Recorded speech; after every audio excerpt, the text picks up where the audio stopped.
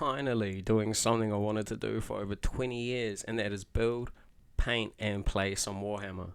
Yo, what's up, guys? My name is Propagnda, and today we're talking a bit about Warhammer 40K and my entry into the hobby and what army I've decided to build. Spoiler alert, it's Blood Angels. So in this video we're going to go over a couple of lessons that we learned along the way regarding building a Blood Angels list using the new Blood Angels releases, and a few other little things relative to a noob getting into 40K. So when was I introduced to 40K? 20 years ago, I had a friend in high school who'd play and he'd bring his models to school to build and paint. He told me a little bit about the game and the lore, and my 13-year-old brain was like, oh cool, it's like chess with guns. However, as a teenager, I wasn't quite in the financial position to afford a game like this, but fast forward 20 years and I'm still not in a financial situation to where I can afford a game like this, but I am in a position to where I care less about being homeless. Which segues into our first lesson. I may never financially recover from this, and that's it. Just remember, you likely won't either, but that's okay. If you make the most of the game and get amongst the community and have fun, you can buy as much plastic as you need to fill that little empty hole you have. Alright, next lesson. Don't rush into buying your models. So at the time that I decided to get into 40k, the Blood Angels had just gone through a model update and rules refresh, which was a good and bad time to start building the army. It was good because there was new models and new rules, which meant there was a good amount of support coming from Games Workshop for the army, but that meant it also was bad for your wallet for like existing players and new players as well, because you had to buy the new things.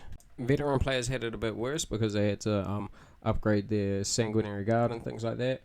If they had glued all of their dev company together, they had to cut all their arms off and then rearm them with the new loadouts.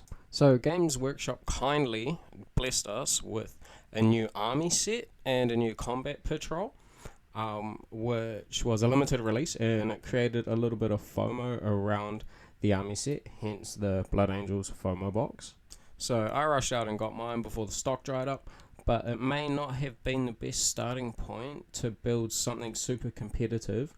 It did, however, include a lot of what I needed to get started, including the codex and the data sheets, the cards and things like that, and it was a nice entry to the 40k hobby. Alright, next lesson. So building lists with these boxes. I went out and got the boxes before I looked at building my army list, which is probably not the best idea for a new player, because you can end up with like not enough units to put together a complete army, which is, I don't know, I didn't know that. I thought it was an army box, but yeah, some of the contents of the boxes isn't as good or as competitive, but you do sort of like net a bit of a save on dollars per model usually. The other thing is you can end up with a weird combination of characters and units that sort of don't go well together in like a more competitive game, and when it comes to time to building your list, you might actually find that there's units that you won't even use from the box, and they'll just end up in a shoebox in a drawer somewhere, and some options just aren't viable in like a tournament scene. But that nicely slip and slides us into the next lesson, which is don't get caught up in chasing the meta. So after getting the boxes, I jumped into some how-to videos on YouTube for list building, and due to some of the recent updates to the army rules, some of the more veteran Blood Angels players were saying that it made the army not perform as well anymore, or the unit changes nerfed them into oblivion. Some of the units that I considered cool weren't even competitive on a Blood Angels list, and if you use Dreadnoughts, you're not a Blood Angels player. Which then in turn made me reiterate my list like 4 or 5 times, and by the time I ended up with the ultimate meta list, it didn't include many of the units that I actually got in these boxes. So instead of chasing the meta defining sort of like tournament winning 5-0 at your LGS RTT list, I just decided to use every unit in these boxes and build a list around them, creating sort of a fun and thematic army to play, complemented by a couple of staple units and a few auxiliary units to just swap in and out depending on sort of like what list I'm playing and what mate I'm playing at the time. And we'll just grind this list until we work on getting the fundamentals down and working on some good gaming etiquette. Alright, next lesson. Some of the Blood Angels models lost a lot of details and stuff, so like after going through the Rubicon surgery, the Primaris Dev Company are pretty much just black jump intercessors, and the Sanguinary Guard are gold intercessors. They lost their wings too, fam. The wangs! They lost their wangs. Which takes us to the next one. Fam, you can customize your models. So like, I thought the toys came built in the box, fam. I didn't know you could kit bash and paint them sort of like how you want and make your models unique, which unlocked a completely new rabbit hole for me. So most of the time, the sky is the limit as long as you have some thought for your opponent and create something that's still sort of easily identifiable for the unit that it is, like sticking to weapon loadouts or the general look. But you can even 3D print bits and even full models made by some pretty dope talented designers, eh? Which conveniently takes us into the next two lessons. 3D prints are bad. If you use 3D prints, you're stupid and you're ruining the hobby. Spend money and support the hobby in your local game store and games workshop. 3D prints are good. If you don't use 3D prints or like 3D prints, you're stupid and you're ruining the hobby. Save money and add some customization to your army. Support your local 3D printing friend. Okay, lesson number 9, I think. So I found out that the Games Workshop rules aren't just the be-all, end-all. So I thought they were kind of set in stone, and I found it real surprising and pretty refreshing that there are a number of different formats and rules adopted by local game scenes and tournament organizers. Like, you don't even have to paint your models to be able to play with friends or at your local game or hobby scene. They're usually pretty chill about it.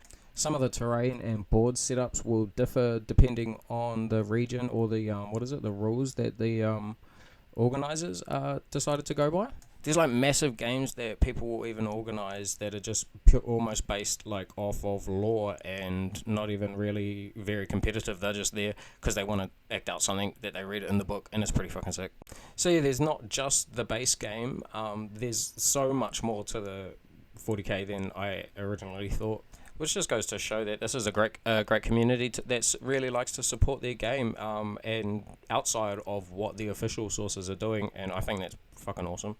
Okay, the final lesson for today, and I think, which is probably the most, it was one of the sort of more eye-opening ones for me, is that painting isn't as scary as I thought it would be. So this is probably the thing that held me off from getting into the hobby for the longest time, other than finance.